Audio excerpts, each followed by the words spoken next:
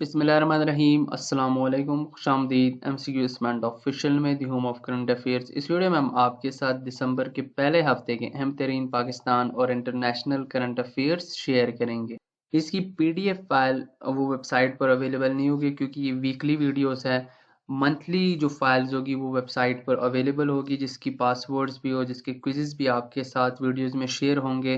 पर इसकी PDF file website पर अवेलेबल नहीं होगी। ये हमारे जितने भी सोशल मीडिया हैंडलर्स हैं, ये कुछ दिनों के बाद यानी कि 2-3 दिनों के बाद वहाँ पर अवेलेबल होंगे। सो अगर अभी तक आपने हमारे सोशल मीडिया चैनल्स को लाइक, सब्सक्राइब या फॉलो नहीं किया तो उसको जल्दी से फॉलो कर ले, जिसकी लिंक्स भी आपके साथ नीचे वीडियो डिस्क्रिप्शन में शेयर कर दी जाएगी।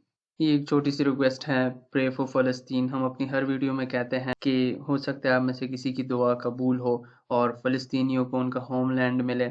बेसिकली इसराइल नामी कोई स्टेट एग्जिस्ट ही नहीं करती, उन्होंने तो जबरन यूएसए के ज़ोर पे वहाँ पे कब्ज़ा किया हुआ है। सो अल्लाह फ़लस्तीनियों की मदद करे और फ़लस्तीनियों के लिए ज़रूर दुआ करे। पहला पाकिस्तान करंट अफेयर्स है। When Punjab caretaker chief minister laid the foundation stone of Daducha dam. Daducha ये एक इलाका है रावलपिंडी के साथ, एक गांव है। जो लोग रावलपिंडी से ये वीडियो देख रहे हैं सो उनको पता होगा इस इलाके के बारे में। सो कब पंजाब के केयर टेकर चीफ मिनिस्टर ने इसका इफ्तिताह किया, यानी कि इस पे काम शुरू हो गया है। सो इनके उन ऑप्शन में से ऑप्शन ए 1 दिसंबर 2023 को उन्होंने इसकी कंस्ट्रक्शन के लिए जो है, यानी कि इसकी कंस्ट्रक्शन वो बिगन हुई, जिसकी जो फाउंडेशन स्टोन थी, यानी कि इसके इफ्तिताह किए chief minister, care taker chief minister Mohsin Naqvi ने। और यहाँ पे एक इम्पॉर्टेंट बात जो कि पाकिस्तान की पॉलिटिक्स या पाकिस्तान के जो हुक्मरान हैं या पाकिस्तान के जो ठेकेदार हैं उनके साथ बड़ी रिलेट करती है कि जो प्रोजेक्ट की जो कॉस्ट थी, यानी जब इसकी मंजूरी दी गई थी तो इसके लिए टोटल जो बजट मुख्तस किया गया था वो था ₹6.7 बिलियन, जो कि अभी अब दोबारा से जब इसकी कंस्ट्रक्शन स्टार्ट हुई तो इसकी जो टोटल लागत है वो 14 बिलियन तक जा पहुंची, यानी कि इसके डबल ये हो गई है in the last 2 years. In December 2023, US sent an envoy to Pakistan for talks on Afghan refugees named. दिसंबर 2023 में यूएसए ने अपना एक इन्वॉय भेजा पाकिस्तान, जो कि बातचीत करे पाकिस्तान से अफगान रेफ्यूजीज़ के बारे में, उन रेफ्यूजीज़ के बारे में जिनको सेटल करना है यूएसए में, यानी कि वो अफगानी जो कि अफगानिस्तान में यूएसए के लिए काम करते थे। सो उस इन्वॉय का क्या नाम है? सो इनके उन ऑप्शंस में से ऑप्शन बी यूलिटा वेलिस नॉइस। सो ये बाइडेन एडमिनिस्ट्रेशन ने इसको अपॉइंट किया है कि वो पाकिस्तान जाएगी और ये इन्वॉय होगी टू अफगानिस्तान। सो ये पाकिस्तान के साथ बात करेगी अफगान रिफ्यूजिस पे। और इन्होंने पाकिस्तान का विजिट किया दिसंबर 4 से लेकर दिसंबर 7 तक, और इसमें जो प्राइमरी फोकस था उनका वो कि कैसे यूएसए ने उन अफगान रिफ्यूजिस के लिए इमिग्रेशन प्रोसेस वो तैयार करना है और उनको कैसे यूएसए में सेटल करना है। In December 2023, President Dr. Arif Alvi conferred Nishan-e-Pakistan to the head of the Dawoodi Bohra community named. दिसंबर 2023 में पाकिस्तान के प्रेसिडेंट आरिफ अलवी ने दाऊदी बोहरा कम्युनिटी के हेड को निशान पाकिस्तान से नवाजा है। सो उनका क्या नाम है? So option A Syedna Mufaddal Safiuddin. सो उनको 5 दिसंबर 2023 को पाकिस्तान के सिविल अवार्ड निशान पाकिस्तान से नवाजा गया, क्योंकि उनकी पाकिस्तान के लिए खिदमात हैं, स्पिरिचुअल गाइडेंस है और सोशल सर्विसेज है पाकिस्तान में। सो इस बिना पे उनको इस अवार्ड से नवाजा गया। Which is the first Asian women cricket team to beat New Zealand in a T20 series? सो ऐसी पहली एशियन वुमेन क्रिकेट टीम जिसने न्यूजीलैंड को न्यूजीलैंड में जाके T20 इंटरनेशनल सीरीज में शिकस्त दी हो। जो इन गिवन ऑप्शन में से ऑप्शन डी पाकिस्तान। तो पाकिस्तान की वुमेन्स क्रिकेट टीम ने न्यूजीलैंड को अभी हाल ही में जो T20 सीरीज हुई न्यूजीलैंड में वहाँ पे जाके शिकस्त दी, यानी कि 3 में से 2 मैचेस पाकिस्तान जीतने में कामयाब रहा। Which city of Pakistan to host 2023 UN women कोई जवाज़ नहीं कैंपेन। सो ये बेसिकली जेंडर डिस्क्रिमिनेशन या जेंडर इक्वलिटी या जेंडर वायलेंस से रिलेटेड ये कॉन्फ्रेंस होता है जो कि यूएन की सुपरविजन के अंडर होता है। सो पाकिस्तान की किस सिटी ने इसको होस्ट किया? सो इन गिवन ऑप्शंस में से ऑप्शन डी क्वेटा, यानी कि 16 डेज पर मुश्तमिल कैंपेन होती है जो कि अलग अलग सिटीज़ में होती है। वह पाकिस्तान में साल 2023 में क्वेटा ने वो इसको होस्ट किया, और इसका जो थीम था वो था invest to prevent violence against women and girls. On December 10, 2023, the Desh martyrdom anniversary of Sawar Muhammad Hussain Shaheed Nishan Haider was observed. Mohammad Hussain जिनकी बहादुरी की बिना पे उनके निशान हैदर से नवाजा गया, सो उनकी कौन सी मार्टरडम यानी कि शहादत की बरसी वो 10 दिसंबर 2023 को ऑब्जर्व की गई। सो इनके वन ऑप्शंस में से ऑप्शन बी 52nd वन बरसी उनकी वो ऑब्जर्व की गई और उन्होंने 1971 के वॉर में शकरगढ़ सेक्टर में 16 से ज़ायद इंडियन टैंक्स को वो तबाह किया था सिंगल हैंडेडली। सो इनके इस पावरफुल एक्ट की वजह से जो उन्होंने अपने मुल्क के लिए अपने मदरलैंड को डिफेंड करने के लिए किया, सो उस वजह उस बिना पे उनको निशान हैदर से नवाजा गया। Which team won the 2023 to 2024 national T20 cup?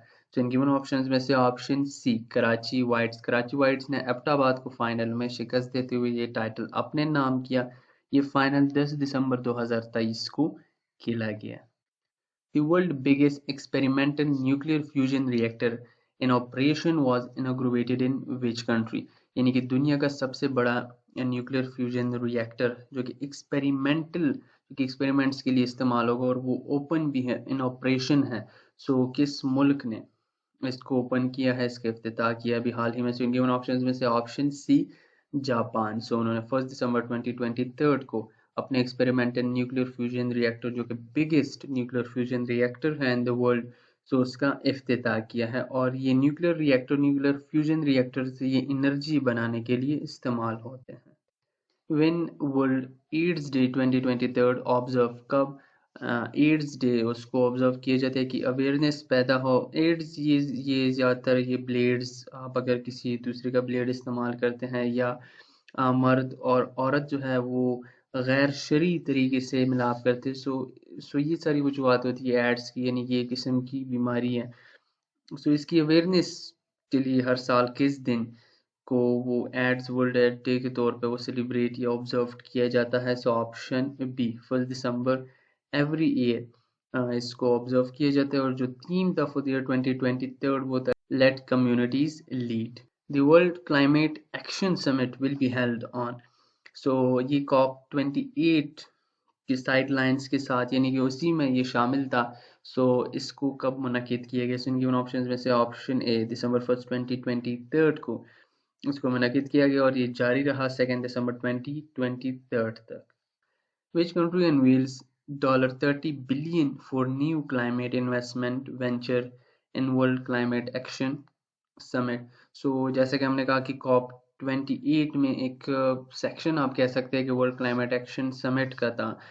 सो उसमें किस मुल्क ने क्लाइमेट यानी कि क्लाइमेट पे खर्च करने के लिए वो $30 बिलियन जो है उसको अनवील किया है कि उन्होंने मुख्तस किए है कि वो क्लाइमेट पे जितनी भी उनकी इन्वेस्टमेंट होगी उस पर वो खर्च करेंगे। सो इनके ऑप्शन में से ऑप्शन बी यूएई, और ये सबसे बड़ी इन्वेस्टमेंट है जो कि कोई कंट्री करेगी क्लाइमेट पे, और इसका नाम रखा गया है, इस इन्वेस्टमेंट वेंचर का नाम रखा गया है ultra. According to International Labour Organization, which of the following is fast evolving as a major cause of death, especially among men? So ILO के मुताबिक मेंस में अमवात की जो कॉजेज है, मेजर कॉज है, वो क्या बताई जा रही है? So इनके ऑप्शन में से ऑप्शन बी एम्प्लॉयमेंट, यानी कि अनएम्प्लॉयमेंट, स्ट्रेस की वजह से बहुत ज़्यादा जो आदमी है वो बीमारियों का शिकार हो जाते हैं, उनको स्ट्रेस होता है, वो जहनी मरीज हो जाते हैं। सो ये डिजीज़ या डेथ की कॉज है आजकल के मेंस में। Which country had implemented a world leading law to ban smoking for future generations? So किस मुल्क ने स्मोक्स को बैन कर दिया है? सो उसकी लॉ भी उन्होंने इम्प्लीमेंट कर दिया है कि इससे बचाया जा सके फ्यूचर जनरेशंस को। सो इनके ऑप्शंस में से ऑप्शन ए न्यूजीलैंड।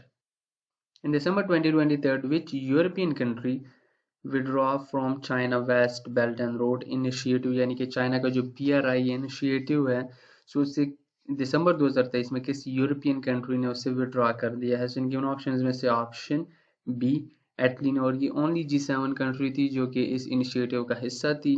और अभी हाल ही में यानी कि इटली के जो गवर्नमेंटल सोर्सेज है उनके मुताबिक इस बारे में बताया गया कि इटली इससे विड्रॉ कर चुका है 6 दिसंबर 2023 को। On 6 December 2023, the UN Cultural Agency added Desh to UNESCO Cultural Heritage List.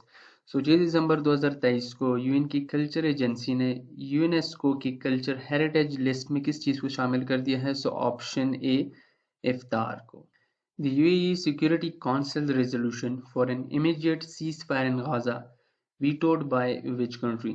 यानी कि यूएई ने यूनाइटेड नेशन सिक्योरिटी काउंसिल में एक रेजोल्यूशन पेश की और वो रेजोल्यूशन ये थी कि गाजा में इमीडिएटली सीज फायर हो।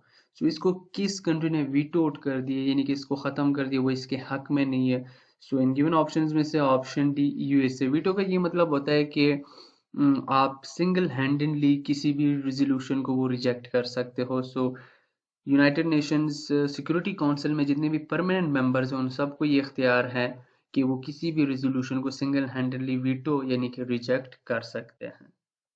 The 2023 United Nations Climate Change Conference COP28 to be held in which country? So ये किस मुल्क में मुनक़िद हुए? So इन गिवन ऑप्शंस में से ऑप्शन डी यूएई में। और यूएई की किस सिटी में? एक्सपो सिटी दुबई में इसको मुनक़िद किया गया और ये जारी रहा 30 नवंबर से लेकर 12 दिसंबर 2023।